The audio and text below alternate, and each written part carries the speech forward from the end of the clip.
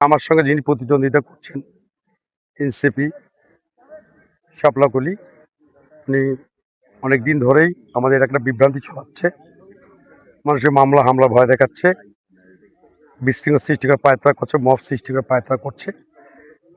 তো আমি প্রশাসনের কাছে আশা করব যে আমরা দীর্ঘ 15 বছর পর জনগণ ভোট দিতে পেরেছি, মানুষ স্বতঃস্ফূর্তভাবে ভোট দিবে।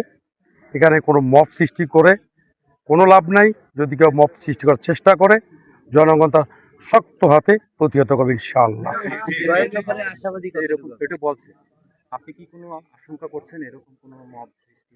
না, এবার তো মানুষ জনগণ ভোট দিচ্ছে, জনগণ ভোট দিচ্ছে, এই দিনটি জনগণ অপেক্ষায় ছিল। এখানে কেউ যদি কোনো শক্তি প্রদর্শন করার চেষ্টা করে, জনগণ তার শক্তভাবে প্রতিহত করবে।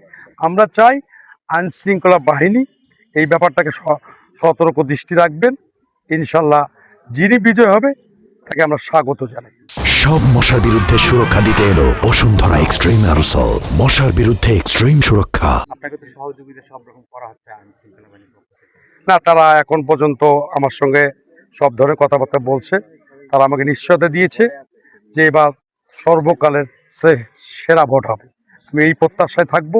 ইনশাল্লাহ আইন শৃঙ্খলা বাহিনীকে আমি আশা করব তাদের গৌরব, তাদের ঐতিহ্য, তাদের সম্মান তার জন্য ধরে রাখে। এটাই আমার প্রত্যাশা, এটাই আমার চাও। আপনাদের ধন্যবাদ। আশাবাদী কিরকম সার্বিক বিষয়? না, আপনারা জানেন আমি ধানের প্রতীক নিয়ে নির্বাচন করছি। আমার পরিবারটা একটা রাজনৈতিক পরিবার। আমার বাবা দীর্ঘদিন ধরেই বিএনপি করে, ধানের প্রতীক নিয়ে নির্বাচন করেছে। এবার আমিও করেছি। আমি দীর্ঘ 15 বছর পর এত স্বতঃস্ফূর্তভাবে ভোট দিতে পেরে নিজেকে গর্বিত মনে করছি এবং আনন্দিতও মনে করছি। আপনারা জান, মানুষ এই দিনটির অপেক্ষায় ছিল। মানুষ একবার প্রাণ খুলে মন খুলে তাতে প্রার্থীকে তারা বেছে নেবে। আমার বিশ্বাস, আমি মানুষের একদম দোরগোড়ায় গেছি, মানুষের কাছে গিয়েছি।